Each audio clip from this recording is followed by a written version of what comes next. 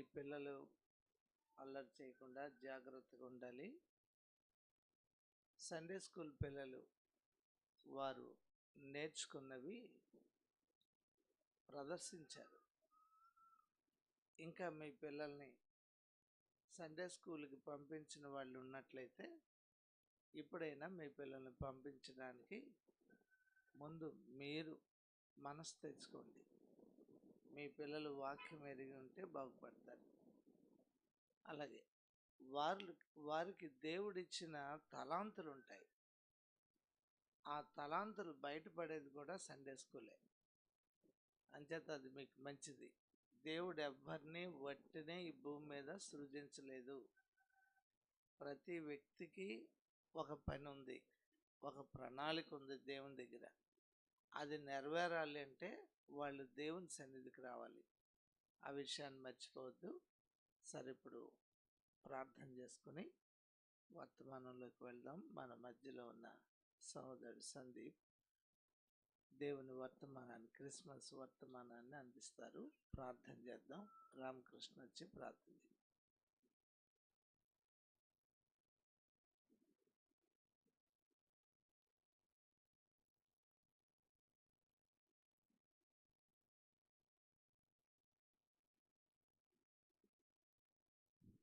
ప్రార్థన. తల్ల వంచండి.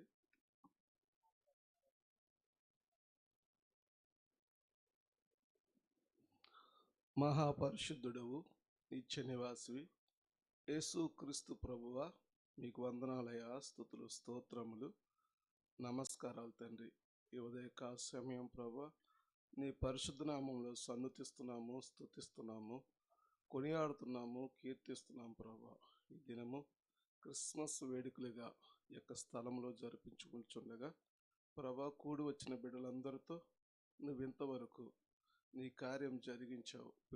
చిన్న బిడ్డలు ప్రభా, నీ యొక్క ప్రభు వారి జీవితాల్లో వారు నేర్చుకుంటున్న ప్రతి ఒక్క మాటను నీ మధ్య మా మధ్య కనబర్చుటకు కంటత వాక్యాల ద్వారా వారు ఎన్నో గొప్ప మాటలు మాట్లాడి ఉన్నారు. అందుబట్టి నేను స్తుతిస్తున్నాం ప్రభా. ఈ కార్యక్రమంలో అనేకమైన బిడ్డలు పాటలు పాడి ఉన్నారు. వారిని బట్టి నేను స్తుతిస్తున్నాను తండ్రి. ఇంతవరకు నీవే నీ కార్యాలు జరిగించావు ప్రభా. వాక్యవర్తమానంలోకి వెళుచున్నగా బిడ్డను బలపరచండి. నీవేమైతే విత్తుచున్నావో అవి విత్తబడుచున్న వాక్యం ప్రతివాని హృదయంలో అది నాటబడడానికి, అది ఫలించుటకు, అది మహావృక్షం ఉంటుటకు సహాయం చేయమని ప్రార్థిస్తున్నాను. ఈ స్థలం నుండి విత్తబడుచున్న ప్రతి మాట మా హృదయాల్లో స్థిరముగా ఉండుటకు సహాయం చేయి. ప్రారంభించుకున్న ప్రతి పనిలో నువ్వు సహాయతం దయచేయమని, నీ కార్యాలు గంభీరంగా జరిగించుకోమని, నిలబడుచున్న బిడ్డకు నీ ఆత్మశక్తిని, నీ సామర్థ్యాన్ని దయచేయమని, పరలోకపు తండ్రివి, పరిశుద్ధుడవు, నిత్య నివాసమని యేసునామమును బట్టి ప్రార్థిస్తూ బ్రతిమార్చి వేడుకుంటున్నాము తండ్రి. ఆమేన్.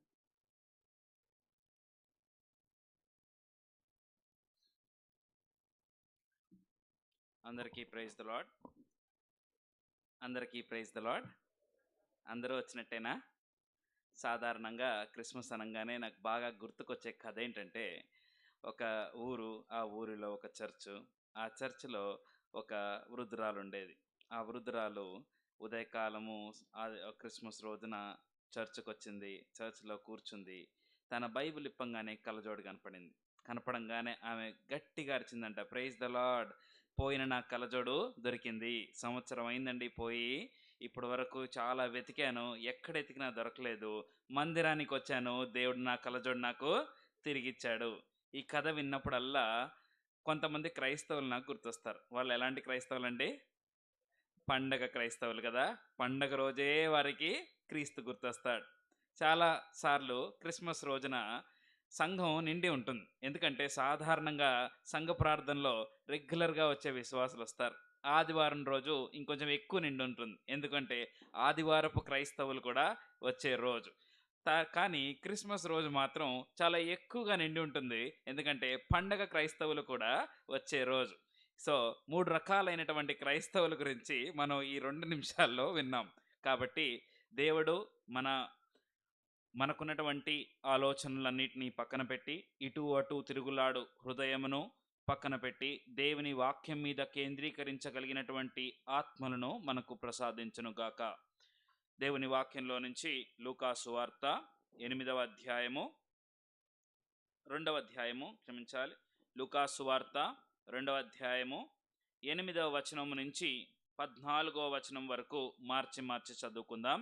ఈ వాక్యము మొన్న అట్లపాడులో మనం చదువుకున్నటువంటి వాక్యమే. అయితే దేవుని వాక్యం ఎన్నిసార్లు చదివినా దానికి ఒక కొత్త కోణం మనకి కనిపిస్తూ ఉంటుంది. కాబట్టి దేవుడు ఈరోజు ఇదే వాక్యంతో నూతనంగా మాట్లాడటానికి సహాయం చేయనుగాక.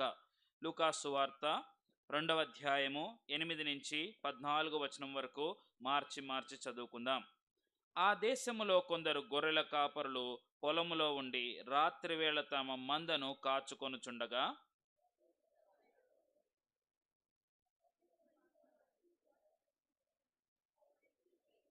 అయితే ఆ దూత, భయపడకుడి, ఇదిగో ప్రజలందరికీ కలుగబో మహా సంతోషకరమైన సువర్తమానము నేను మీకు తెలియజేయుచున్నాను.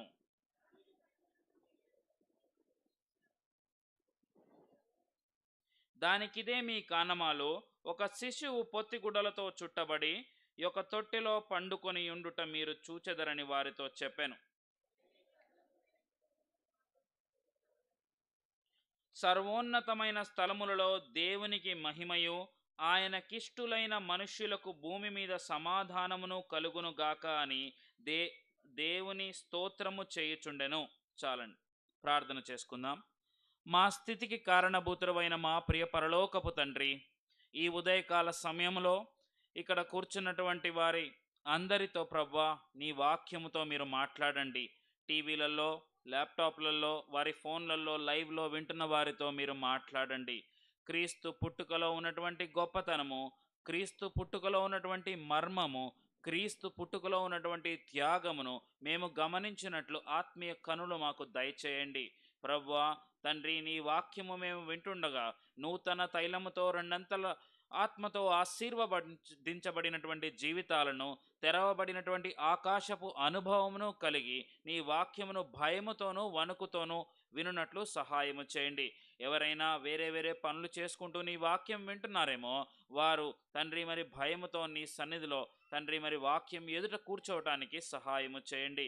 ప్రవ్వా మరి ఇంకా వస్తున్నటువంటి వారిని త్వరపెట్టి తీసుకురండి. నీ వాక్యము శ్రద్ధగా విని నీ వాక్యము మా మూల్గలలోనికి వెళ్ళి పని చేయనట్లు సహాయము చేయమని ప్రార్థిస్తూ నీకే వందనములు, స్తుతులు, స్తోత్రములు చెల్లిస్తూ ప్రియమైనటువంటి యేసు క్రీస్తు ప్రభు వారి ఘనమైనటువంటి నామమున అడిగి వేడుకుంటున్నాము తండ్రి, ఆమేన్.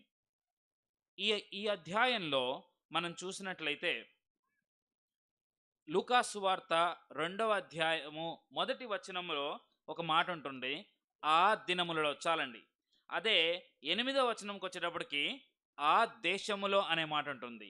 అదే 15వ వచనంకి వచ్చేటప్పటికి ఆ దూతలు అనే మాట ఉంటుంది. 21వ వచనంకి వచ్చేటప్పటికి ఆ శిశువు. అంటే ప్రతి దగ్గర కూడా ఆ అనే మాట ఇక్కడ ఎక్కువగా వినిపిస్తుంది. అయితే ప్రాముఖ్యమైనటువంటి విషయం ఏంటంటే ఆ దినములలో అనేటువంటి మాట డాక్టర్ లూకా గారు దాదాపు 55 సార్లు ఈ యొక్క లూకా సువార్తలో రాయించినట్లుగా మనం చూస్తాం. కొత్త నిబంధన గ్రంథంలో 66 సార్లు ఆ దినములలో అనే మాట ఉంది. అయితే అందులో లూకా గారే అత్యధికంగా 55 సార్లు ఆ దినములలో అనే మాటను వాడబడటం మనం చూస్తూ ఉంటాం. క్రీస్తు పుట్టుకలో ఉన్నటువంటి అనేకమైనటువంటి మర్మాలను ఆ దినములలో అన్నటువంటి లూకా గారు ఎంతో తేట తెల్లంగా మనకి ఎక్స్ప్లెయిన్ చేస్తూ సామాన్యమైనటువంటి భాషలో మన ముందుకు తీసుకురావడం మనం గమనించవచ్చు. అయితే ఒక మాటలో చెప్పాలంటే ఆ దినములలో, ఆ దేశములో, ఆ దూతలతో, ఆ శిశువు అనే మాటను మనం చదివినట్లయితే ఆ ఇల్లో ఆ మొదటి అక్షరంగా ఉంటుంది. మొట్టమొదటి ఆ యొక్క అక్షరాల వరుసలో వస్తూ ఉంటాయి. అయితే మానవ జీవితంలో మనకి నిరీక్షణ రావటానికి దేవుడి లోకంలోనికి రావటము ఆరంభమని మనం చెప్పవచ్చు. దేవుడి లోకంలోనికి రావటము, మనకు నిరీక్షణ అనే ఆలోచన రావటానికి స్ఫూర్తి కూడా అదే మొట్టమొదటిది అని చెప్పవచ్చు. క్రీస్తు పుట్టుక మనుష్యుని జీవితంలోనికి నిరీక్షణను తీసుకువచ్చింది అనటంలో అతిశయోక్తి కాదండి. అందుకే ఈ వాక్యంలో ఈ చదవబడినటువంటి 5-6 వచనాల్లో మనం చూసినట్లయితే మొట్టమొదటిగా దూత కనపడినప్పుడు వాళ్ళలో ఏం కనపడిందండి? దూతకి సరిగ్గా చదవండి. భయపడకు. ఇక్కడ 9:9లో ప్రభువు దూత వారి యొద్దకు వచ్చి నిలిచెను. ప్రభువు మహిమ వారి చుట్టూ ప్రకాశించినందున వారు మిక్కిలి భయపడిరి. దూతను చూసినప్పుడు వాళ్ళు ఎందుకు భయపడ్డారు అనే ఆ మాట మనం ఆలోచించినప్పుడు చాలాసార్లు మనం వింటాం. చాలామంది చనిపోయేటప్పుడు చెప్తూ ఉంటారు, నేను ఒక తెల్లని వస్త్రాలు వేసుకున్నటువంటి ఒక వ్యక్తిని చూస్తున్నాను, ఆ వ్యక్తి నాకు వచ్చి దూరంగా కనపడ్డాడు అని చెప్తూ ఉంటారు. ఎందుకంటే సాధారణంగా దూతలను మనుషులు చనిపోయే ముందు చూస్తూ ఉంటారు. చాలాసార్లు మనం ఉదాహరణలో చూస్తాం. నేను ఈ దూతను చూస్తున్నాను చెప్తారు. మా తాతగారు చనిపోయే ముందు ఒక తెల్లని దూతను చూసినట్లుగా మాకు చెప్పాడు. మా బామ్మగారు మంచి విశ్వాసి, చనిపోక ముందు ఒక తెల్లని దూతను చూసినట్లుగా, 2 లేదంటే 3 దూతలను చూసినట్లుగా మేము చూసాం అని వాళ్ళు చెప్తూ ఉంటారు. సాధారణంగా ఆ రోజుల్లో కూడా దూతను చూడటం అంటే మరణంకు చాలా దగ్గర ఉన్నట్టు లెక్క అనమాట. వాళ్ళు అనుకుని ఉండొచ్చు, అయ్యో ఈ దూత మాకు కనపడుతుంది, ఇంక ఇప్పుడు మేము చనిపోతామా అనే ఆలోచన ఆ గొర్రెల కాపరులకి వచ్చి ఉండవచ్చు. అందుకే వారు మిక్కిలి భయపడ్డారు. భయపడినప్పుడు దూత చెప్తుంది, భయపడవద్దు. క్రీస్తు పుట్టుకలో ఉన్నటువంటి మొట్టమొదటి ఆదరణ ఇది, భయపడవద్దు అని చెప్పేటువంటి ఆదరణ. 4-5 రకాలైనటువంటి ఆదరణలను మనం ఈ యొక్క అధ్యాయంలో చూడవచ్చు. మొట్టమొదటిగా భయపడవద్దు అనేటువంటి ఆదరణ అనే వాక్యము అంటే ఏంటి? ఇది ఓదార్పునిచ్చేటువంటి వాక్యము, ఓదార్పునిచ్చేటువంటి ఘట్టము. క్రీస్తు పుట్టుక ఈ లోకంలో మనకేం తీసుకొచ్చిందండి? మన భయాల నుంచి ఓదార్పుని తీసుకువచ్చింది. సాధారణంగా మెడికల్ భాషల్లో చెప్పాలంటే దాదాపు 100 పైన భయాలు మనుషులకు ఉంటాయి. ఎలాంటి భయాలు ఉంటాయి? ఎత్తులో కూర్చోవడం చాలామందికి భయం ఉంటుంది. లోతైనటువంటి లోయను చూడటం చాలామందికి భయం ఉంటుంది. మంటకు దగ్గరగా వెళ్ళటం చాలామందికి భయం ఉంటుంది. నీళ్ల దగ్గరకు వెళ్ళటం చాలామందికి భయం ఉంటుంది. బొద్దింకలను చూస్తే చాలామందికి భయం ఉంటుంది. ఎవరైనా మీకు చెప్పారనుకోండి, నాకు అసలు భయమే లేదని, వాళ్ళు ఏం చెప్పినట్టు? అబద్ధమాడినట్టు. కాబట్టి రకరకాలైనటువంటి భయాలతో మనుషులు భయపడుతూ ఉంటారు. ఎలక్షన్లో పోటీ చేసే వాళ్ళకి ఏముంటుందండి? ఓడిపోతామనే భయం ఉంటుంది. ఆటలో ఆడే వాళ్ళకి ఏముంటుందండి? ఓడిపోతామనే భయం ఉంటుంది. లేదంటే ఏదన్నా విన్యాసాలు చేసే వాళ్ళకి ఏముంటుందండి? పడిపోతామనే భయం ఉంటుంది. భయము లేనటువంటి ఏ వ్యక్తి కూడా ఈ లోకంలో ఉండడండి. అటువంటి భయమును పోగొట్టగలిగింది క్రీస్తు పుట్టుకలో ఉన్నటువంటి మర్మము. కాబట్టి క్రీస్తు పుట్టుక మనకు ఓదార్పుననే వాక్యం ఇస్తుంది. మనలో భయమును పోగొట్టి మనల్ని ధైర్యవంతులుగా చేస్తుంది, మనల్ని ఓదారుస్తుంది. కాబట్టి ఆయన యొక్క పుట్టుకను గురించి మనము సంతోషించబద్దులమై ఉన్నాం. రెండవదిగా చూద్దాం. తర్వాత ఏమంటున్నారు? వారి యుద్ధకు వచ్చి ప్రభువు మహిమ వారి చుట్టూ ప్రకాశించినందున వారు మిక్కిలి భయపడిరి. 10వ అధ్యాయం. అయితే ఆ దూత, భయపడకుడి, ఇదిగో ప్రజలందరికీ కలుగబోవు మహా సంతోషకరమైన సువర్తమానము నేను మీకు తెలియజేయుచున్నాను.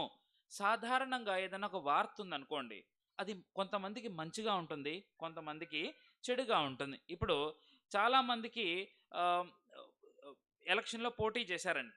వాళ్ళ యొక్క గెలుపు చెప్పాలి. గెలుపు చెప్పేటప్పుడు వీళ్ళు పలానా వాళ్ళు వ్యక్తులు గెలిచారన్నప్పుడు వాళ్ళ మనసుల్లో సంతోషం ఉంటుంది. దాని ఆపోజిట్గా ఫైట్ చేసిన వాళ్ళ మనసులో ఏముంటుంది? దుఃఖం ఉంటుంది. ఒక ఆట ఆడారనుకోండి, ఆట ఆడి గెలిచినటువంటి వాళ్ళ హృదయాల్లో సంతోషం ఉంటుంది, ఓడినటువంటి వాళ్ళలో దుఃఖం ఉంటుంది. అలాగే చాలా విషయాల్లో కొంతమందికి మంచి ఉన్నప్పుడు కొంతమందికి చెడు ఉంటుంది, కొంతమందికి వేదన ఉన్నప్పుడు కొంతమందికి సంతోషం ఉంటుంది. అయితే ఈ వర్తమానంలో, ఈ సువర్తమానంలో ఏముందంట? ప్రజలందరికీ కలుగబోవు మహా సంతోషకరమైనటువంటి సువార్త. అంటే ఏంటిది? ఇది సంతోషకరమైనటువంటి సువార్త. మొట్టమొదటిగా ఓదార్పునిచ్చేటువంటి సువార్త, రెండవదిగా సంతోషమునిచ్చేటువంటి సువార్త. ప్రజలందరికీ కలుగబోవు సంతోషం ఎలాగుంటుందండి? ఒక మనిషి పుట్టుక ఆ కుటుంబంలో సంతోషాన్ని ఇవ్వచ్చు. ఒక రాజు పుట్టుక ఆ దేశంలో సంతోషాన్ని ఇవ్వచ్చు. ఒక ప్రైమ్ మినిస్టర్ పుట్టుక ఆ దేశంలో ఉన్నటువంటి ప్రజలకు సంతోషాన్ని ఇవ్వచ్చు. లేదంటే ఫలానా వ్యక్తి పుట్టుక ఆ పర్టికులర్ ప్రాంతంలో ఉన్న వాళ్ళకు సంతోషాన్ని ఇవ్వచ్చు. అయితే మనం చూసినట్లయితే ప్రజలందరికీ కలుగబో మహా గొప్ప సంతోషం. ప్రజలందరంటే ఎంతమంది ఉండొచ్చండి? ఈ భూమి మీద దాదాపు 7 ఖండాలున్నాయి, 250 దేశాలున్నాయి, ఎన్నో వందల డిస్ట్రిక్ట్స్ ఉన్నాయి, కొన్ని వేల ప్రాంతాలు ఉన్నాయి, కొన్ని కోట్ల మంది ప్రజలు నివసిస్తున్నారు. సాధారణంగా మామూలు లెక్కల ప్రకారం చూసినట్లయితే ఈ భూమి మీద 700 కోట్ల మంది జీవిస్తూ ఉన్నారు. 700 కోట్ల మందిలో దాదాపు 500 కోట్ల మంది క్రీస్తును ఆరాధిస్తున్న వారు, క్రిస్మస్ పట్ల సంతోషిస్తున్నటువంటి వారు ఉన్నారు. క్రైస్తవులే కాదు, క్రైస్తవేతరులు కూడా క్రీస్తు యొక్క పుట్టుకను గురించి వాళ్ళు తెలుసుకున్నటువంటి వారే ఉన్నారు. వాళ్ళ ఇళ్లలో చాలామంది చెట్లు పెట్టుకుంటారు. మీరు చూస్తే చాలా కంట్రీస్లో, అరబ్ కంట్రీస్లో చెప్పాలంటే క్రైస్తవులు చాలా తక్కువ, కానీ అక్కడ కూడా వారి ఇళ్లలో వారు ఆ క్రిస్మస్ ట్రీని పెట్టుకోవటం, వాళ్ళు ఆ కేకులు కట్ చేయడం చూస్తూ ఉంటారు. అంటే సాధారణంగా ఒక మనిషి పుట్టుక ఆ ఇంట్లో కేక్ కట్ చేస్తారు. మీ ఇంటి పక్కన ఎవరైనా ఉన్నారనుకోండి పుట్టిన వాళ్ళు, వాళ్ళ ఇంట్లో కేక్ కట్ చేస్తున్నారు, మిమ్మల్ని పిలిచారు రమ్మని, మీరు కూడా కేక్ కట్ చేస్తారా? వాళ్ళ ఇంటికి వెళ్తారంతే. కానీ క్రీస్తు పుట్టుక ప్రతి ఇంట్లో కేక్ కట్ అవుతుంది, ప్రతి ఇంట్లో సంబరం ఉంది, ప్రతి మానవుడు కూడా సంతోషించదగ్గ విషయం. అందుకే సర్వమానవాళికి సంతోషాన్నిచ్చే సువర్తమానము, ఇది సువర్తమానముతో కూడినటువంటి వాక్యము. తర్వాత చూద్దామండి. అయితే ఆ దూత భయపడుకుడి, ఇదిగో ప్రజలందరికీ కలుగబో మహా సంతోషకరమైన సువర్తమానము నేను మీకు తెలియజేయుచున్నాను. దావీదు పట్టణమందు నేడు రక్షకుడు మీ కొరకు పుట్టి ఉన్నాడు. ఈ మాటలో మనం చూసినట్లయితే ఇది రక్షణకరమైనటువంటి సువర్తమానం. రక్షకుడు అనేటువంటి మాట ఏంటి? సర్వమానవాళి పాపములో పడకుండా, అపరాధములో పడకుండా, శాపములో పడకుండా వారిని రక్షించుటకు క్రీస్తు ఈ లోకంలోనికి వచ్చెను అనే మాట మనందరికీ తెలుసు. ఇది తెలిసినటువంటి వాగ్దానమే. అందుకే దేవుని యొక్క రక్షణ ఈరోజు చాలా ప్రాముఖ్యమైనటువంటి విషయం అండి. చాలామంది జీవితాలలో ఒక రకమైనటువంటి భయాలతో, ఒక రకమైనటువంటి ధైర్యం లేనటువంటి జీవితాలతో, వారికి రక్షణ లేకుండా, నిరీక్షణ లేకుండా ఉన్నటువంటి జీవితాలు ఉన్నాయి. అయితే క్రీస్తును వెంబడించే వారికి మహా గొప్ప సంతోషం ఉంటుందంట, గొప్ప సమాధానం ఉంటుందంట, గొప్ప రక్షణ ఉంటుందంట. ఎవరైతే క్రీస్తును నమ్ముతారో, ఎవరైతే క్రీస్తు మన కొరకు పుట్టాడు అనే నమ్ముతారో, అందుకే దేవుని వాక్యం రాయబడింది కదా, ఏలయనగా మనకొక శిశువు పుట్టెను, ఒక కుమారుడు అనుగ్రహించబడెను. ఆ కుమారుడిని దేవుడు మన కోసము అనుగ్రహించాడు. ఎక్కడి నుంచి అనుగ్రహించాడని మనం చూసినట్లయితే 14లో ఉంటుంది కదా, సర్వోన్నతమైనటువంటి స్థలములలో దేవునికి మహిమ. ఆ మహిమాయుక్తమైనటువంటి స్థలములో నుంచి, అన్నింటికంటే ఎత్తైనటువంటి స్థలములో నుంచి, సర్వము పైన అధికారము కలిగినటువంటి స్థలములో నుంచి దేవుడు నరరూపిగా ఈ లోకంలో మానవునికి రక్షణ ఇవ్వటానికి తనను తాను తగ్గించుకోవటము ఎంత గొప్ప వర్తమానం అండి. మహామహుడు, ఆకాశ వైశాల్యము పట్టజాలన్నటువంటి దేవుడు, సమస్తము పైన అధికారము కలిగినటువంటి దేవుడు, సార్వభౌముడైనటువంటి దేవుడు ఒక మానవాకారములో మాంసమును రక్తమును పోలిన కలిగిన వాడే ఒక స్త్రీ గర్భంలోనికి వెళ్ళాడంటే ఎంత తనను తాను తగ్గించుకున్నట్టండి. అటువంటి తగ్గింపుతో ఆయన ఈ లోకంలోనికి మానవునిగా పుట్టడానికి వచ్చాడు. ఎందుకు వచ్చాడు? ఇప్పుడు ఒక వ్యక్తి ఈత కొడుతూ నీటిలో మునిగిపోతూ ఉన్నాడండి. ఆ మునిగిపోతూ ఉన్నటువంటి వ్యక్తిని ఎవరు కాపాడగలరు? ఈత వచ్చిన వాళ్ళే కాపాడగలరు. కాబట్టి పాపముతో మునిగిపోతున్నటువంటి, చనిపోతున్నటువంటి ఒక వ్యక్తిని కాపాడటానికి పాపము లేనటువంటి ఒక వ్యక్తి రావాలి. ఆ వ్యక్తి తన యొక్క మాంసమును, తన యొక్క రక్తమును కార్చి ఆ యొక్క వ్యక్తిని కాపాడాలి. ఈ యొక్క భారాన్ని ఎవరు మోస్తున్నారండి? ఆ యొక్క మనకి ఇవ్వబడినటువంటి, అనుగ్రహింపబడినటువంటి ఆ కుమారుడు మోస్తూ ఉన్నాడండి. ఆయన భుజం మీద రాజ్యభారం ఉందండి. ఏ రాజ్యభారము? సర్వమానవాళి పాపం యొక్క భారము ఆయన వీపు మీద మోపినప్పుడు ఆ భారమును ఆయన మోస్తూ, శిలువ చివరి వరకు ఆయనకిన్నటువంటి భారమును ఆయన మోస్తూ, ఆయన మనుషునికి రక్షణనిచ్చి, రక్షణను ఆపాదించి ఈ లోకంలో నుంచి తిరిగి తన మరణమును జయించి వెళ్ళటం మనం చూస్తాం. తద్వారా దేవుడిచ్చినటువంటి అమూల్యమైనటువంటి రక్షణ. అందుకే ఏమంటున్నాడు?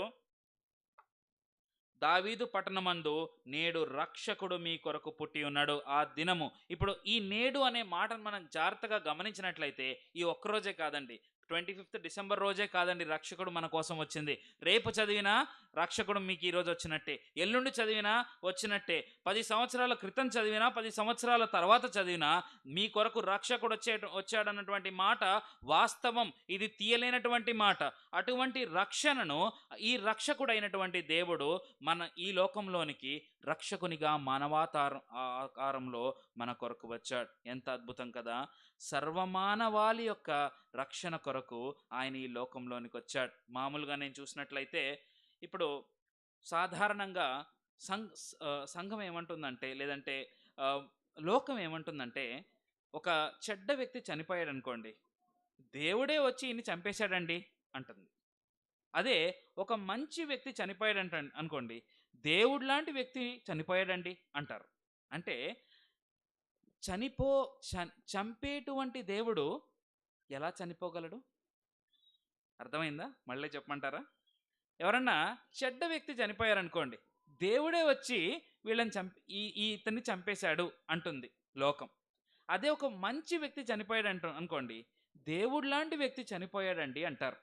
ఇప్పుడు ప్రశ్న ఏంటంటే, చంపేటువంటి దేవుడు చనిపోతాడా? ఈ లోకంలో చాలామంది వారి డిఫరెంట్ ఆకారంలో, లేకపోతే వాళ్ళు లార్డ్స్గా వచ్చుండొచ్చండి. వచ్చిన ప్రతి ఒక్కరూ కూడా ఎవరినో ఒకరిని చంపటానికి వచ్చుండొచ్చు. పాప పరిహారార్థం కోసం దేవుడు ఈ లోకంలోనికి వచ్చాడని చాలా గ్రంథాలు మనకు చెప్తూ ఉన్నాయి. చాలా గ్రంథాలు ఏం చెప్తాయంటే, దుష్ట శిక్షణ శిష్ట రక్షణ కోసం వచ్చాడని చెప్తాయి. అయితే మన యేసయ్య సర్వమానవాళిని కాపాడటానికి వచ్చాడు. సర్వమానవాళి కోసము తన ప్రాణమును ఇవ్వటానికి వచ్చాడు. ఎవరిని చంపటానికి రాలేదండి, ఎవరి ప్రాణము తీయటానికి రాలేదండి. ఎందుకంటే లోకానికి, దేవునికి, మనుషునికి ఉన్నటువంటి తేడా తెలియదు. అందుకే వాళ్ళు అంటారు, దేవుడు లాంటి వాడు చనిపోయాడు అంటారు. దేవుడు లాంటి వాడు చనిపోగలుగుతాడా? దేవుడు లాంటి వాడు నిత్య జీవమునకు మాత్రమే ఆయన యోగ్యుడు. అందుకే మరణమును జయించగలిగాడు. అందుకే ఏమంటున్నారు, ప్రజలందరికీ కలుగబో మహాసంతోషకరమైన సువర్తమానము నేను మీకు తెలియజేయుచున్నాను. దావీదు పట్టణములో నేడు మీ కొరకు రక్షకుడు పుట్టి ఉన్నాడు.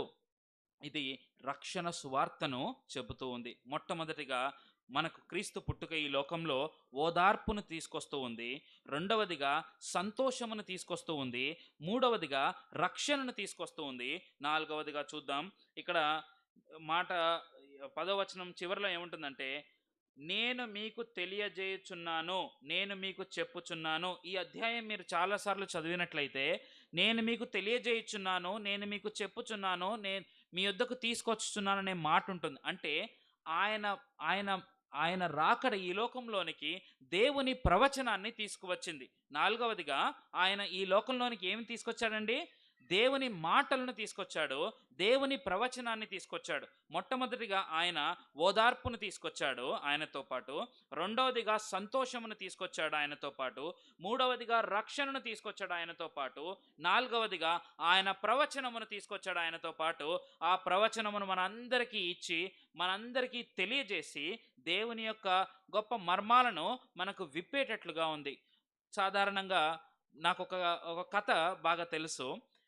పౌలు గారు తిమోతికి ఒక ఉత్తరం రాశాడంటండి. ఆ ఉత్తరం ఒక 2 పేజీలో ఒక పేజీలో ఉందంటండి. దాన్ని అది ఒనేసీముకి ఇచ్చాడంటండి. ఒనేసీముకి ఇచ్చి, ఇగో నా యొక్క శిష్యుడు ఉంటాడు తిమోతి అని, నువ్వు వెళ్ళి ఈ ఉత్తరాన్ని నా శిష్యుడైనటువంటి తిమోతికి ఇమ్మన్నాడంటండి. తర్వాత ఒనేసీము వెనకాల ఒక గాడిద ఉందంట. ఆ గాడిదకి ఇటువైపు అటువైపు చాలా పేపర్లు అలా దించి, చాలా పత్రాలు దించి ఉన్నాయంట. అయితే తిమోతి అంట ఉత్తరాన్ని తీసుకున్నాడంట. సరే, ఉత్తరం అంతా ఓకే, ఇది 2 పేజీలే ఉంది, ఆ గాడిద మీద ఉన్నటువంటి పత్రాలు ఏంటి అని అడిగాడంట. అంటే ఒనేసిమ్ అన్నాడంట, ఇందులో ఈ ఉత్తరంలో ఏదైతే రాశాడో దాన్ని ఎక్స్ప్లెయిన్ చేయడానికి మీకు ఈ గాడిదని పంపించాడన్నారంట. అంటే 2 పేజీలు ఉన్నటువంటి ఆ ఉత్తరంలో ఎన్ని మర్మాలు ఉన్నాయండి? ఒక గాడిద మీద పట్టే అన్ని పత్రాలు కలిగినటువంటి నిగూఢమైనటువంటి విషయాలు ఉన్నాయి. అటువంటి నిగూఢమైనటువంటి సత్యాలను దేవుడు మన ముందుకు తీసుకొచ్చాడు. ఆయన రాకడ ఈ లోకంలోనికి గొప్ప సువర్తమానమును, గొప్ప దేవుని ప్రచురణను తీసుకొచ్చింది. కాబట్టి మనం దాన్ని బట్టి ఆనందించాలి. చివరిగా చూద్దాం, దానికిదే మీకు ఆనవాలు, ఒక శిశువు పొత్తిగుడ్డలతో చుట్టబడి ఒక తొట్టెలో పండుకొని ఉండట మీరు చూచెదరు అని వారితో చెప్పెను. వెంటనే పరలోక సైన్య సమూహము ఆ దూతతో కూడి ఉండి, సర్వోన్నతమైన స్థలంలో దేవునికి మహిమయు, ఆయనకిష్టులైన మనుషులకు భూమి మీద సమాధానమును కలుగునుగాకని దేవుని స్తోత్రము చేయుచుండెను. 5వదిగా దేవుని మహిమను ఈ లోకంలోనికి ఆయన యొక్క జీవము తీసుకొచ్చినట్లుగా చూస్తాం. ఆయన మన మీదకి ఆయన మహిమను ఆపాదించినట్లుగా చూస్తాం. అందుకే ఈ వర్తమానంలో ఏముంటుంది? సర్వోన్నతమైన స్థలములలో ఆయనకు మహిమ, ఆ మహిమతో కూడినటువంటి వాక్యమును దేవుడు మన దగ్గరకు ఆయన పుట్టుక ద్వారా తీసుకువచ్చాడు. ఈ క్రిస్మస్ రోజున 5 అంతలైనటువంటి దేవుని ఆశీర్వాదాలు కలిగినటువంటి విశ్వాసులుగా మనం ఉన్నామా? మొట్టమొదటిది, క్రీస్తు యొక్క ఓదార్పు మన జీవితంలో ఉందా? క్రీస్తు సంతోషము మన జీవితంలో ఉందా? క్రీస్తు రక్షణ మన జీవితంలో ఉందా? క్రీస్తు యొక్క ప్రచురణ, ఆయన వాక్యము మన జీవితంలో ఉందా? ఆయన మన మీద ఆపాదించినటువంటి మహిమతో కూడా మనం ఉన్నామా? ఈ 5 అంతలైనటువంటి ఆశీర్వాదాలు క్రీస్తు తన పుట్టుక ద్వారా ఈ లోకంలోనికి మన కోసం తీసుకొచ్చినట్లుగా మనం చూడొచ్చు.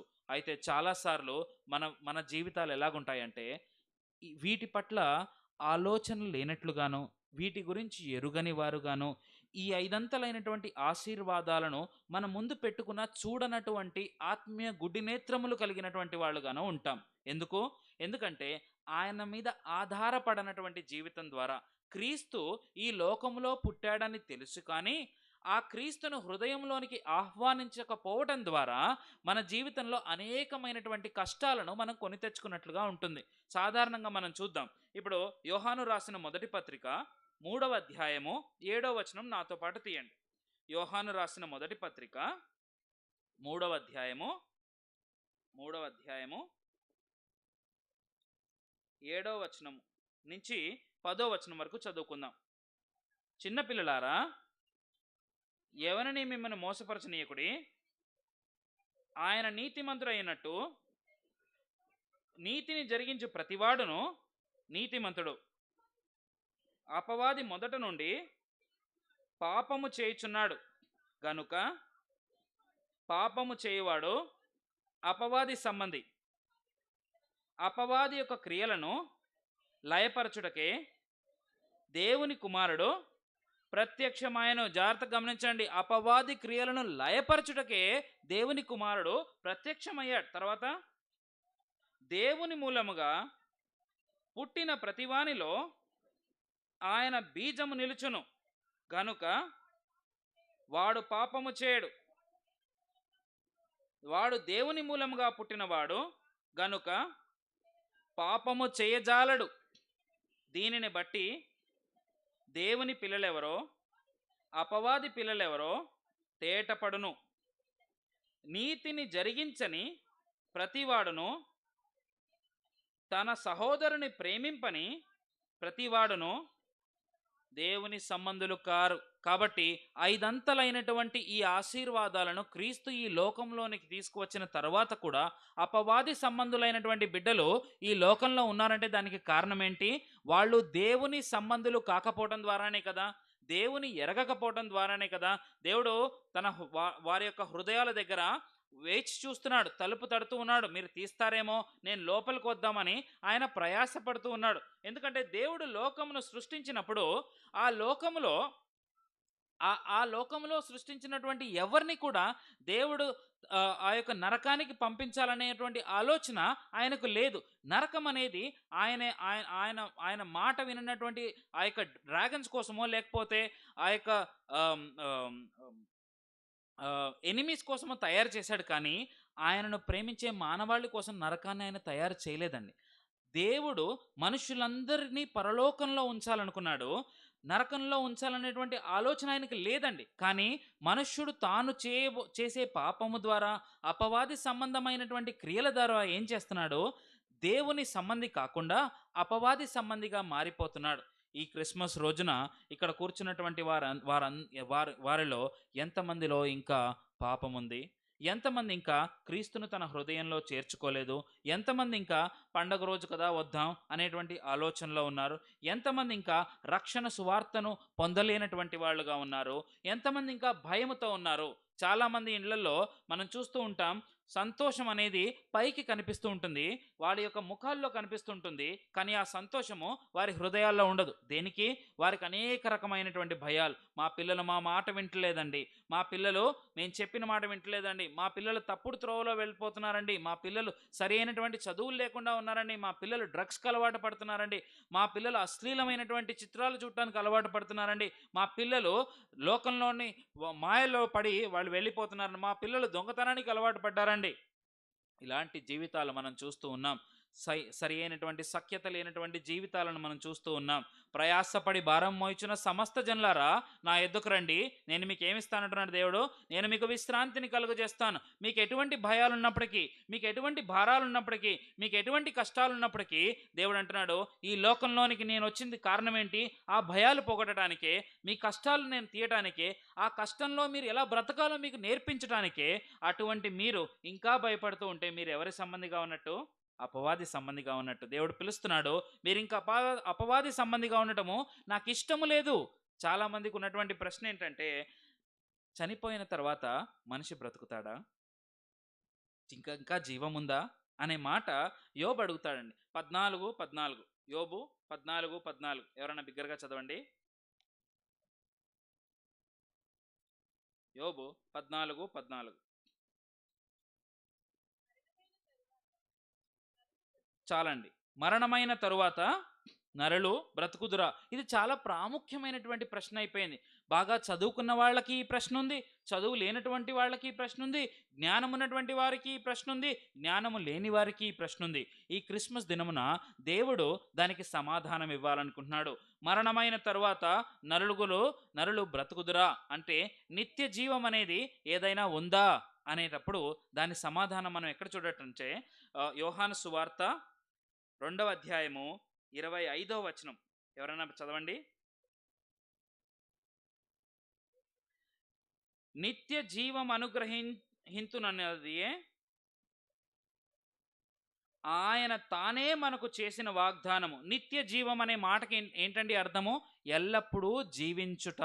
అంటే ఇక్కడ యోబు అడిగినటువంటి మాట, మరణమైన తరువాత నరులు బ్రతుకుదురా అనే మాటకు సమాధానం ఎక్కడుందండి బైబిల్లో చూసినట్లయితే? అవును, బ్రతుకుతారు. ఎలాగ బ్రతుకుతారు?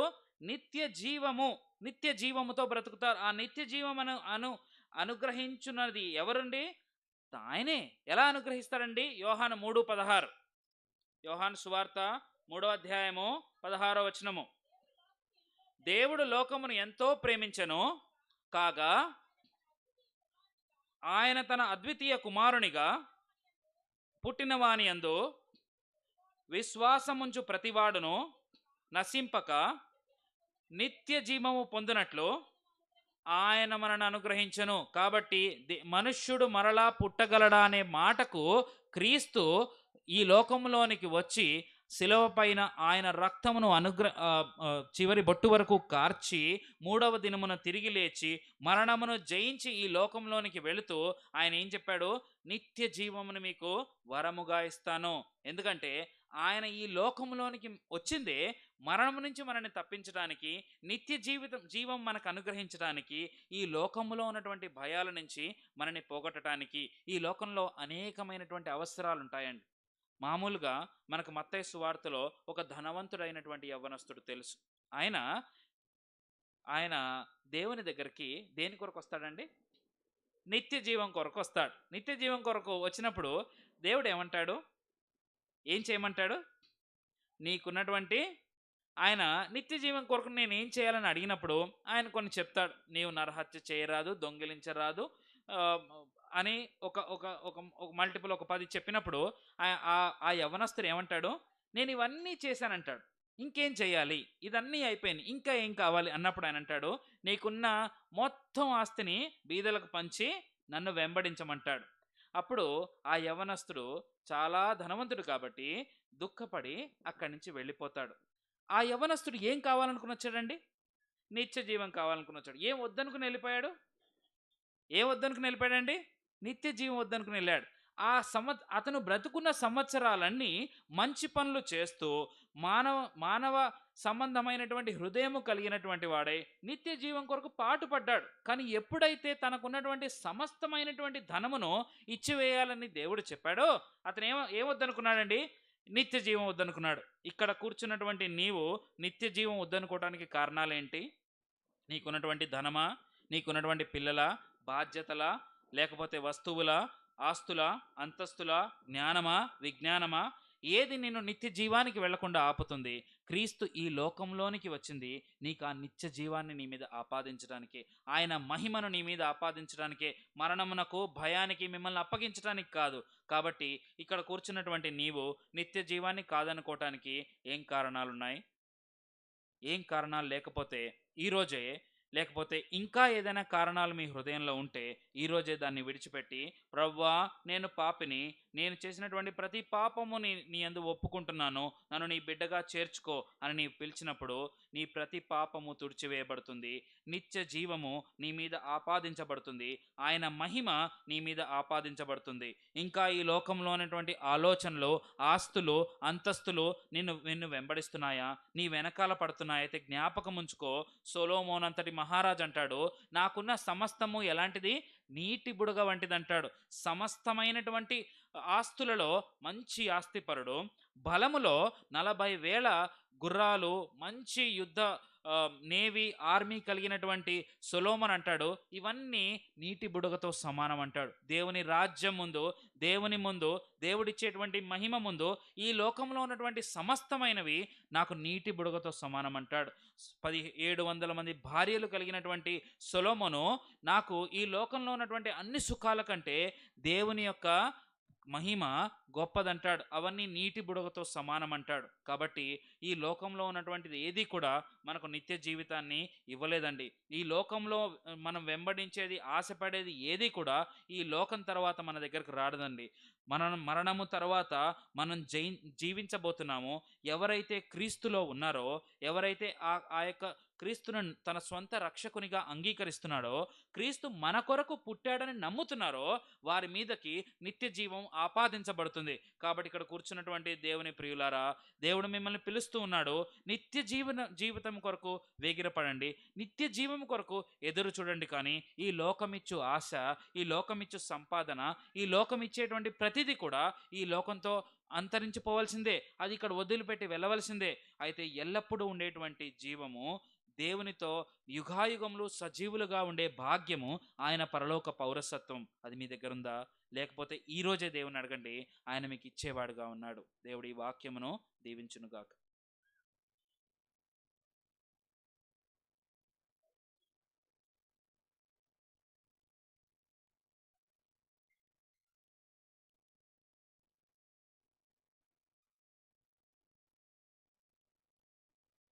చక్కటి వాక్యాన్ని విన్నాం. మీరు లేట్గా రావడం వల్ల లేటుగా ముగించాల్సి వస్తుంది. ఈ లేటుగా రావడం అనేది దేవుని పట్ల మనకున్న నిర్లక్ష్య వైఖరి, మన మీద, మన పనుల మీద మనకున్న శ్రద్ధ రెండు కనబడుతున్నాయి. మీ మీదే మీకు శ్రద్ధ ఉంటే నిత్య జీవాన్ని సంపాదించుకోలేరు. దేవుని పట్ల, ఆయన వాక్యం పట్ల శ్రద్ధ ఉంటే నిత్య జీవాన్ని మనం సంపాదించుకుంటాం. కానీ సమయాన్ని బట్టి మరి కొద్దిసేపు, జస్ట్ కొద్ది నిమిషాలు మాత్రమే 2-3 ముఖ్యమైన మాటలు నేను మీకు చెప్పడానికి ప్రయత్నం చేస్తాను. లైవ్ ద్వారా వింటున్న వారికి మరొకసారి ప్రభు నామంలో శుభాలు తెలియజేస్తూ, వారిని కూడా మన సహవాసానికి ఆహ్వానిస్తున్నాను. ఇప్పుడు చదివిన లేఖన భాగంలోనే లూకా సువార్త 2వ అధ్యాయంలో 13-14 వచనాలు ఒకసారి చదువుదాం. వెంటనే పరలోక సైన్య సమూహము ఆ దూతతో కూడా నుండి సర్వోన్నతమైన స్థలములలో దేవునికి మహిమయు, ఆయనకిష్టులైన మనుషులకు భూమి మీద సమాధానమును కలుగునుగాక అని దేవుని స్తోత్రము చేయుచుండెను. ఇది మొట్టమొదటి ఆరాధన. ఈ భూమి మీద ప్రభు పుట్టిన తర్వాత ఆరాధించిన వాళ్ళు, మొట్టమొదట ఆరాధించిన వాళ్ళు ఎవరు అంటే, ఆయనను ఎరిగిన పరలోక సైన్యం, పరలోక దూతలు, వారు ఈ వార్త చెప్పారు గొర్రెల కాపర్లకి. ఏమని చెప్పారు అంటే, ఇదిగో ఒక శిశువు పొత్తిగుడ్డలతో చుట్టబడి ఒక తొట్టెలో పండుకొని ఉండుట మీరు చూచెదరు. దావీదు పట్టణములో నేడు మీకు రక్షకుడు పుట్టాడు అని చెప్పారు. చరిత్రలో ఒక సంగతి ఏమిటంటేనట, ఈ గొర్రెల కాపరులు దేవాలయానికి సంబంధించిన గొర్రెలు కాచేవాళ్ళంట. వీళ్ళు దేవాలయానికి ప్రతిరోజు ఉదయం సాయంకాలాల్లో బలులు ఇస్తారు బలిపీఠం మీద. ఆ బలుకి అవసరమైన గొర్రెలను వీరు పెంచుతున్నారు. కానీ వీళ్ళెప్పుడూ దేవాలయంలోకి రాలా. దేవాలయానికి గొర్రెలను పంపుతున్నారు కానీ వాళ్ళు ఎప్పుడు రాలా. దేవునికి వీళ్ళ మీద వారు చేసిన పని, వారి నమ్మకత్వాన్ని బట్టి వారికి తన రాకను గురించి ఆయన మొట్టమొదట తెలియజేశారు.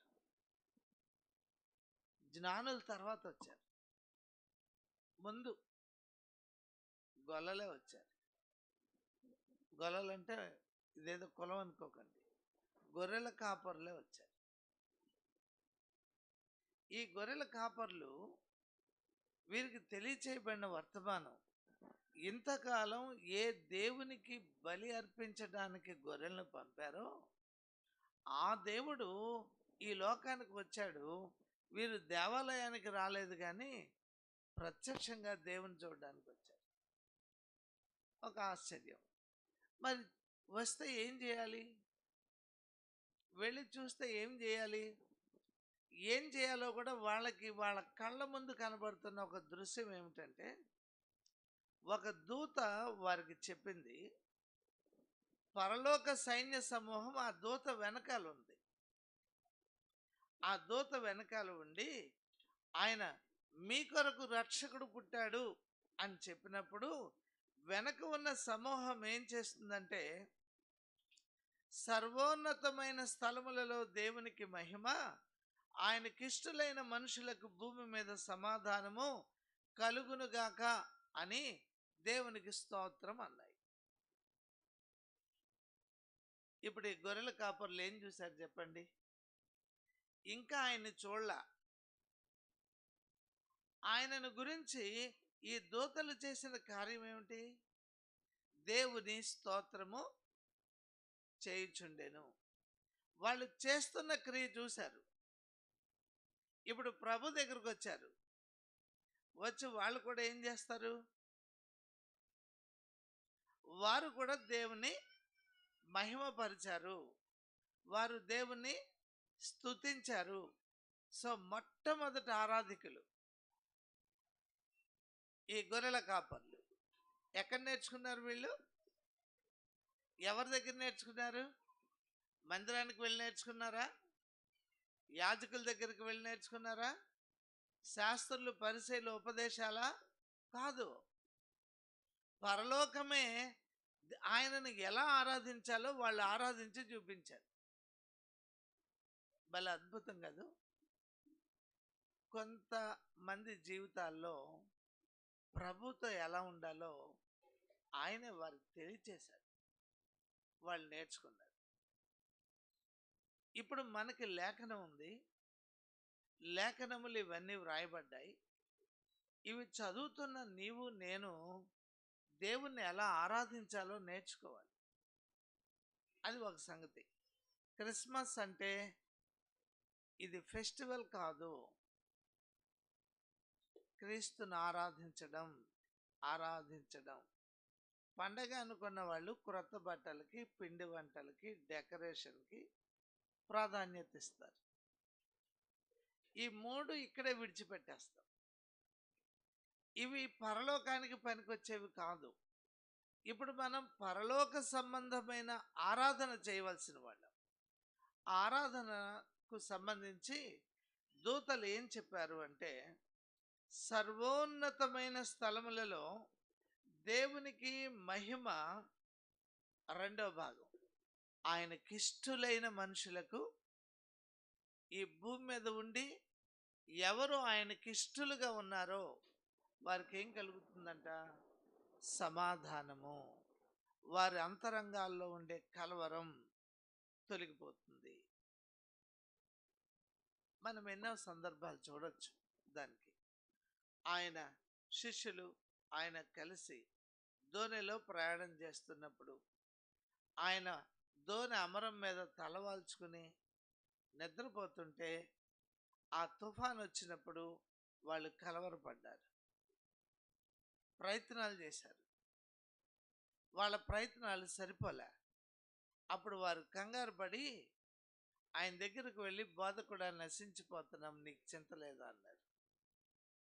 డైరెక్ట్గా లేపడంతో ఏం చెప్పారు?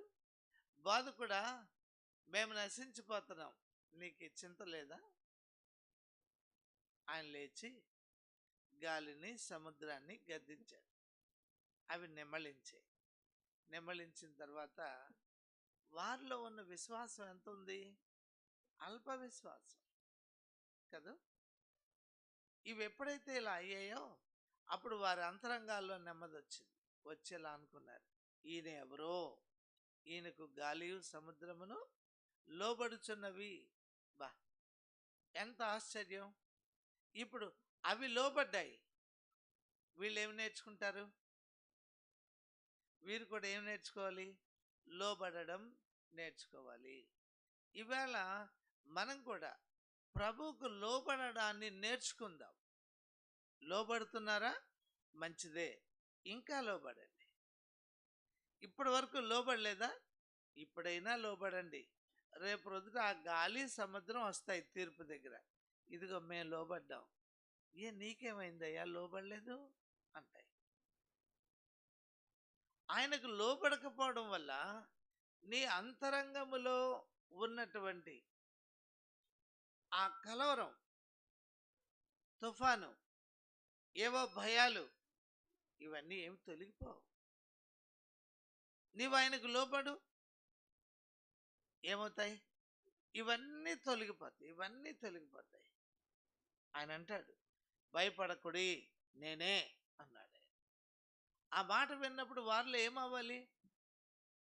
భయం పోవాలి, నెమ్మది రావాలి అంతరంగాల్లోకి. వారు ఆయన చేర్చుకున్నారట. అప్పుడు గాలి సముద్రం ఆగిపోయాయి, నెమ్మళించి. ఇది రెండవ సంగతి. ఈసారి ప్రభు సముద్రం మీద నడిచి వచ్చారు వాళ్ళ దగ్గరికి. అప్పుడు జరిగిన సంగతి, నేనే, భయపడకుడి అన్నాడు. ఏం జరుగుతుంది ఇప్పుడు? భయం పోతుంది కదా. అవును, ఎవరి జీవితాల్లో ఈ కార్యాలు జరుగుతాయంటే ఆయనకి ఇష్టలైన వారి జీవితాలు. కాబట్టి మనము ఆయనకి ఇష్టలుగా బ్రతకాలి. అంటే నువ్వు చేస్తున్న ప్రతిదీ ఆయనకి ఇష్టమైనదై ఉండాలి. అవును, అలా ఇష్టమైనదే చేస్తున్నామా మనం? ప్రభు అంటారు, నేను ఎల్లప్పుడూ నా తండ్రికి ఇష్టమైన కార్యములు చేయుదును. ఎంత మంచి మాట! భలే నిర్ణయం కదా. మన అంతరంగాల్లో నెమ్మది, సమాధానం, విశ్రాంతి, ఈ మూడు కొంచెం పర్యాయ పదాలే, దగ్గర దగ్గర అర్థాన్ని ఇచ్చేవే. కాబట్టి మన అంతరంగాల్లో నెమ్మది, సమాధానం, విశ్రాంతి ఉండాలి అంటే ఏం చేయాలి? మనము ఆయనకి ఇష్టమైన కార్యాలు చేయాలి. ఆయనకి ఇష్టమైన కార్యాలు చేయడానికి మనం ఇప్పుడు ప్రారంభించాలి. ఆయనకి ఇష్టలుగా ఉండడానికి ప్రారంభించాలి. ఎప్పుడు నువ్వు ఆయనకి ఇష్టడుగా ఉంటావో నీ అంతరంగంలో సమాధానం ఉంటుంది. అంతరంగంలో సమాధానం ఉంటుంది. ఆ యవనస్తుడు పాపం వచ్చాడు, నిత్య జీవానికి వారసుడైపోవాలనుకున్నాడు. కోరిక మంచిది, మంచి ఉత్తమమైన కోరిక. ప్రభు చెప్పారు, నీకు ఒకటి కొదువుగా ఉంది, నీకున్నవమ్మి బీదలకు పంచిపెట్టు, పరలోకంలో నీకు ధనం ఉంటుంది, నువ్వు నన్ను వెంబడించు అన్నాడు. అతడు ధనవంతుడు అవడం వల్ల, మిక్కిలి ఆస్తి గలవాడు అవడం వల్ల అతడు వ్యసన పడుచు వెళ్ళిపోయినాను. ఇప్పుడు ఆయనకి ఇష్టమైన కార్యం చెప్పారు, ఆయన ప్రేమించే చెప్పారు, చేయగలిగాడా? జక్కయ్య, నేను నీ ఇంట ఉంటానయ్యా ఈరోజు అన్నాడు. ఆయన ఏం చెప్పలే, అమ్మని చెప్పలే, పంచిపెట్టని చెప్పలే, ఏం చెప్పలే, కానీ జక్కయ్య చేశాడు. అందుకే వెంటనే ఆయన ఏమన్నారో తెలుసా?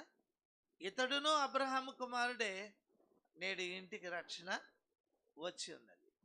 మనము ఆయన దగ్గరకు వచ్చి పొగిడినంత మాత్రాన మన అంతరంగాలకు సమాధానం రాదు. ఎప్పుడు వస్తుంది? ఆయనకి ఇష్టమైన కార్యం ఆయన చెబుతున్నారు, దాన్ని మనం చేస్తే మన అంతరంగాల్లో ఏముంటుంది? సమాధానం ఉంటుంది. ఒక మాట చూద్దాం. మత్తయి సువార్త 3వ అధ్యాయం. నేను మీకు 1, 2, 3 రెఫరెన్సులు చూపించి ముగించేస్తాను. 3వ అధ్యాయం 17వ వచనం. ఇదిగో ఈయనే నా ప్రియ కుమారుడు,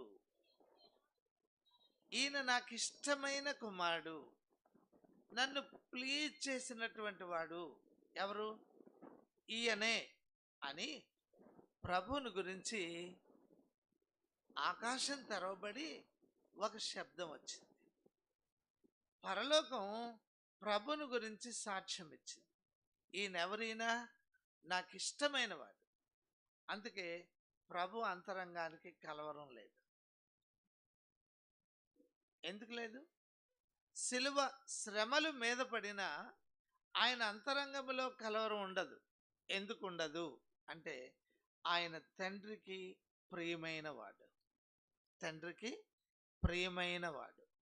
వెలపటి పరిస్థితులు మారచ్చు, కానీ అంతరంగంలో ఉన్న నెమ్మది మాత్రం కోల్పోకుండా ఉండడం ఎవరికి సాధ్యం అంటే ఎవరు ఆయనకు ప్రేమగా ఉన్నారో.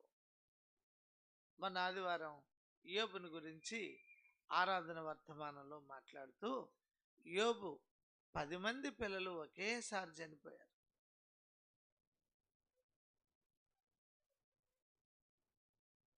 యోబు భలే ఆ సమయంలో కూడా దేవుణ్ణి ఆరాధించాడు కదా. కారణం ఏంటి? అతని అంతరంగంలో నెమ్మది ఎలా వచ్చింది? యోబు దేవునికి ఇష్టడుగా బ్రతికాడు. అదే కారణం. ఈవేళ మన ఇంటిలో ఒక కోడో, కుక్కో, గేదో చచ్చిపోతే ఆదివారం ప్రార్థనకు రాలేని వాళ్ళు ఉన్నారు నేడు భూమి మీద. ఏమిటాయంటే వాళ్ళ కుక్క చచ్చిపోయిందండి, ఏడుస్తూ ఉన్నారు. అరే, కుక్క చచ్చిపోతేనే ఏడుపు, పిల్లి చచ్చిపోతేనే ఏడుపు, గేదె చచ్చిపోతేనే ఏడుపు. ఎందుకు ఇంత కలవరం? వారు దేవుని మీద కంటే వీటి మీద మనసు ఎక్కువ పెట్టినవాడు కదా. కాబట్టి నిత్య జీవాన్ని కోల్పోవడానికి గల కారణం ఏంటో తెలిసిందా? దేవుని కంటే నువ్వు వేటినో ప్రేమించటం. నీ వ్యాపారాన్నో, నీ కుటుంబ సభ్యులను, లేదా నీ ఇంట్లో ఉన్న పశు మందను, దేన్నో ప్రేమిస్తున్నావు. నీ పని పాటలను ప్రేమిస్తున్నావు. అందుకే దేవుని దగ్గరకు పెందలాడే రాలేకపోతున్నావు. నీ ఆలస్యానికి కారణం నీ బుద్ధే కారణం. నీ మనసు దేంతో నింపబడిందో అదే కారణం. దాన్ని సరి చేసుకుంటే దేవునికి ఇష్టలుగా ఉంటాం. అప్పుడు మన అంతరంగాల్లో ఏముంటుందంటే సమాధానం ఉంటుంది. ఇప్పుడు నేను మర్చిపోలేను, ఎప్పుడు చూడని ఏడుపు అనమాట అది. ఒక ఆవిడ వచ్చి బోర్ని ఏడ్చింది. ఏమ్మా అన్నాను. మా గేదె చచ్చిపోయిందండి. ఎప్పుడయ్యా? 6 నెలల పైన అయిపోయింది. ఇది నాకు మరీ విడ్డూరం అనిపించింది. పోనీ ఏదో నిన్నే గేదె చచ్చిపోతే ఈవేళ ఏడ్చిందంటే అదొక రకం. ఇది ఇలా కాదు, ఎప్పుడో చచ్చిపోయి 6 నెలలు అయింది, కానీ ఇంకా ఏడుపు పోలే. నెమ్మది ఎలా వస్తుంది? ప్రభు నీ కొరకు చనిపోయారు తెలుసా నీకు? అంగీకరించావా? ఆయన్ని అంగీకరించావా? ఆయన్ని అంగీకరిస్తే నీ అంతరంగంలో సమాధానం ఉంటుంది. నెమ్మది ఉంటుంది. అంటే గేదెని అంగీకరించినంత కూడా ప్రభువుని అంగీకరించకపోవడం. అదేదో 4 లీటర్లు పాలిచ్చే తెచ్చిపోయింది, దుఃఖమే పాపం. కానీ నీవు నరకంలో పడకుండా నీ కొరకు ఆయన చనిపోతే నువ్వు ఆయనకి మనసు ఇవ్వకపోవడం, ఇంకా లోకాన్నే హృదయంలో పెట్టుకోవడం విచారకరం కదా. కాబట్టి ఇక్కడ ఈ విషయంలో మనం కొంచెం జాగ్రత్త పడాల్సిందే. మరో సంగతి, దానియేలు గ్రంథం 9వ అధ్యాయం. భలే నాకు చాలా ఇష్టమైన మాట ఇది. 9వ అధ్యాయం 23వ వచనం. నీవు బహుప్రియుడవు గనుక, దానియేలు అని పిలిచి మాట్లాడిన మాటల్లో ఒక మాట ఏముంటుందో తెలుసా? నీవు బహుప్రియుడవు. ఎందుకని? అనుదినము ముమ్మారు తప్పక సేవిస్తాడు. అతడు ప్రధానమంత్రి ఆ రాజ్యంలో, అందరికంటే ముఖ్యుడు ఆయన. He is the prime. అతని మీద దేశ బాధ్యతలు ఎన్నో ఉన్నాయి. ఇన్ని బాధ్యతలు నిర్వర్తించే ఆయన అనుదినము ముమ్మారు ఏం చేస్తాడు? ఆయన తప్పక మానక సేవిస్తాడు. మానక సేవిస్తాడు. టైం తేడా రాదు. ఒకే టైంకి ఉదయం, ఒకే టైంకి మధ్యాహ్నం, ఒకే టైంకి సాయంకాలం 3 సార్లు మోకాళ్ళేసి ప్రభువుని ఆరాధిస్తాడు. ఆయనకు ప్రార్థన చేస్తాడు. ఎలాంటి వాడయ్యుండి? రాజ్యములో రాజు తర్వాత నెక్స్ట్ పర్సన్ ఆయనే. చాలా పని ఒత్తిడి ఉంటుంది. మనం ఇంటి వంట, నలుగురికి వంట, ప్రార్థన చేసుకోవడానికి ఖాళీ లేదు. రోజుకు ఒక 2000, 3000, 4000, 5000 వ్యాపారం, ప్రార్థన చేసుకోవడానికి ఖాళీ లేదు. సేర్ బియ్యం వండుకునే వాళ్ళకి ఖాళీ లేదు. మాయతో 4000 వ్యాపారం చేస్తారు, లాభం మా వస్తే 400 వస్తుంది. పోనీ ఇంకా గొప్ప లాభం తీస్తే 1000 తీస్తాడు. కానీ ఈయనకి ప్రార్థన చేసుకోవడానికి ఈయనకి ఖాళీ లేదు. 3 రోజులు పాలిచ్చి 4వ రోజు తన్ని గేదెని మేపడానికి పూనుకున్నాడు. ఆయనకి ఖాళీ లేదు ప్రార్థన చేసుకోవడానికి. ఏం చేయమండి? దోళ కదండి, నోరు లేని జీవులండి. అంత జాలో. నోరున్న బుద్ధి లేని నీ మీద ఆయన కనికరపడి ప్రాణం పెట్టాడు. కానీ ఇంకా మనం బుద్ధి తెచ్చుకోకుండా నోరు లేని గేదెకి గడ్డేయడమే సరిపోద్ది జీవితకాలం అంతా. మరి ఎలా సమాధానం వస్తుంది? ఆయనకి ఇష్టలుగా ఎలా ఉండగలం? ఇప్పుడైనా ఒక పని చేయండి, ఆయనకి ఇష్టలుగా ఉండడానికి ప్రయత్నం చేయండి. దానియేలు చేసిన పని, ఆయనను సేవించే దగ్గర మానక తప్పక చేశాడు. ఇవాళ మనం చేస్తామా? మనం ఆయనకి ఎవరవుతాం? ఇష్టలవుతాం. హెబ్రీ పత్రిక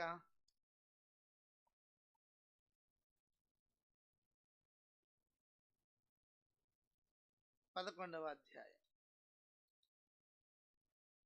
6వ వచనం. విశ్వాసము లేకుండా దేవునికి ఇష్టడై ఉండుట అసాధ్యం. కాబట్టి ఇదొకటి గుర్తుపెట్టుకోండి. నువ్వు ఆయన యందు విశ్వాసం ఉంచుతున్నావా? నువ్వు ఆయనకి ఇష్టడు. ఎవరు ఆయన నమ్ముతున్నారో వారు ఆయనకి ఇష్టలు. ఎవరు ఆయన యందు విశ్వాసం ఉంచారో వారు ఆయనకి ఇష్టలు. విశ్వాసం ఒక్కటి ఒంటరిగా ఉండదు. ఎప్పుడు మనం నమ్ముతామో అప్పుడు మనం లోబడతాం. ఎప్పుడు మనం నమ్ముతామో అప్పుడు మనం ఆయనకి కమిట్ అవుతాం. అంటే కమిట్మెంట్ అనేది నీ అంతరంగంలోకి వస్తుంది. విధేయత, ఒబీడియన్స్ అనేది వస్తుంది. ఈ రెండు విశ్వాసానికి సూచనలు. నీ అంతరంగంలో ఉన్న విశ్వాసం బయటికి ఎలా కనబడుతుందంటే నీ కమిట్మెంట్ ద్వారా. ఎలా కనబడుతుందంటే నీ విధేయత ద్వారా. ఈ రెండే. ఈ రెండింటి వల్ల నువ్వు విశ్వాసాన్ని కనపరుస్తున్నావు. నువ్వు ఆయనకి ఇష్టడివి. ఎప్పుడు నువ్వు ఆయనకి ఇష్టడు అయ్యావో నీకు సమాధానం ఉంటుంది అంతరంగంలో. అంతరంగంలో సమాధానం ఉంటుంది. మా చెల్లెళ్ళు మా అమ్మగారితో ఆ చర్చ్ బిల్డింగ్ రాయించుకున్నారు. సరే, నేను వచ్చేటప్పటికి తెలిసింది, వైజాగ్ వెళ్ళి వచ్చాను, ఈ విషయం తెలిసింది. వీళ్ళు ఆ రోజే వెళ్ళారు సింహాద్రికి. వీళ్ళు వెళ్ళిన తర్వాత మనకి బయట నుంచి ఫోన్లు వచ్చి అడిగితే తీరా దాంతో ఎంక్వైరీ చేస్తే ఇలా జరిగిందని అర్థమైంది. సర్లే అనుకున్నా. సరే, ఏం చేయాలి? సత్యం వాళ్ళకి చెప్పాలి అని చెప్పి దైవ సేవకులను తీసుకుని వెళ్ళి ఇది పరిస్థితి అని చెప్పాం వాళ్ళకి. వాళ్ళు వినలే. మారే మనసు లేదు. ఆవిడ్ని మాట్లాడినట్లే వచ్చేసాం. వచ్చేసిన తర్వాత ఇంకేం చేస్తాం మనం? చేసేదేం లేదు. అప్పుడు గుడివాడ నుంచి వెంకటరత్నం గారు ఫోన్ చేశారు ఒకసారి. ఎలా ఉన్నారు, ఏమిటన్నా. నా చుట్టూ తుఫాను ఉందండి, నా అంతరంగంలో మాత్రం నెమ్మది ఉంది అన్న. ఆయన గట్టిగా నవ్వారు సంతోషంతో. ఎంత సంతోషమో! ఎందుకు మన అంతరంగంలో నెమ్మది కోల్పోకుండా ఉన్నాం? నువ్వు పెట్టిన 100 రూపాయల కాగితం కనబడకపోతే ఎంత కంగారో. అరే, మనం 50 సంవత్సరాల వయసు వచ్చేసింది, ఇప్పటికి మనం దీన్ని నిర్మాణం చేసాం, ఇంత జరిగింది, ఇప్పుడు ఇది కోల్పోతే మళ్ళా సంపాదించడం మన వల్ల కాదు. ఇలా ఆందోళన రావాలి. ఏం లేదు. మనసుకు నెమ్మదిగా ఉంది. ఎప్పుడు ఉంటుంది? నువ్వు ఆయన యందు విశ్వాసం ఉంటే, నువ్వు ఆయనకి ఇష్టడు గనక ఈ ప్రభావాలు నీ అంతరంగాన్ని కలవరపరచకుండా ఉండేటట్లుగా ఆయనే చేస్తాడు. చాలామంది వాళ్ళ పిల్లలు వద్దన్నది చేశారని మనసులో కలవరం తెచ్చుకుని కొడుకని చూడరు. కుక్క, నక్క, గాడిది, పంది ఇంకెన్ని వస్తాయో అన్నీ తిడతారు. క్రైస్తవులైతే. అన్యులైతే పచ్చి బూతులే తిడతారు. క్రైస్తవులు మన బూతులు మాట్లాడడం కదా, కానీ మనం ఏమని తిట్టచ్చు? కుక్క, నక్క, పంది ఇలా అన్నీ తిట్టచ్చు. ఎవరికన్నారు వాళ్ళని?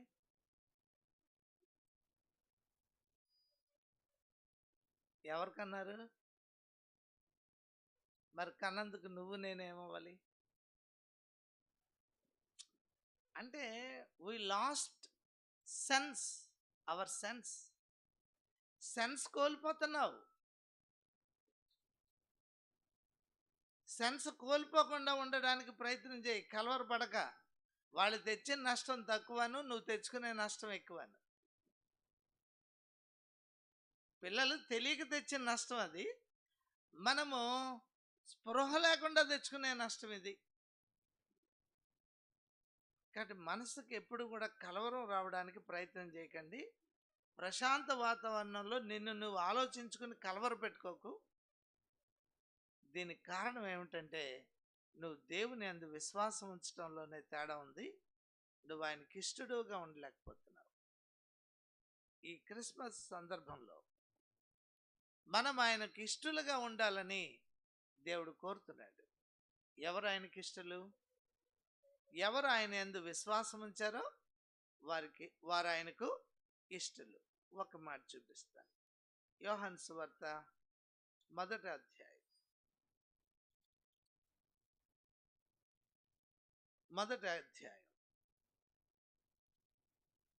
11-12 వచనాలు. ఆయన తన స్వకీయుల యొద్దకు వచ్చెను.